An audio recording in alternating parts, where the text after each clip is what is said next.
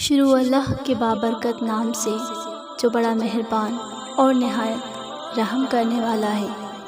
مسجد نبوی میں منبر رسول صلی اللہ علیہ وسلم عمر بن خطاب رضی اللہ عنہ کی زبان سے سنا۔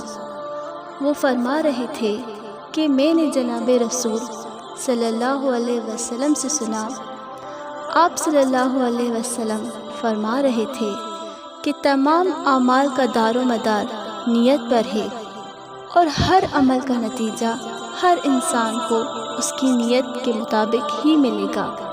بس جس کی ہجرت ترک وطن دولت دنیا حاصل کرنے کے لیے ہو یا کسی عورت سے شادی کی غرض ہو، بس اس کی ہجرت انہی چیزوں کے لیے ہوگی جن کے حاصل کرنے کی نیت سے اس نے ہجرت کی ہے۔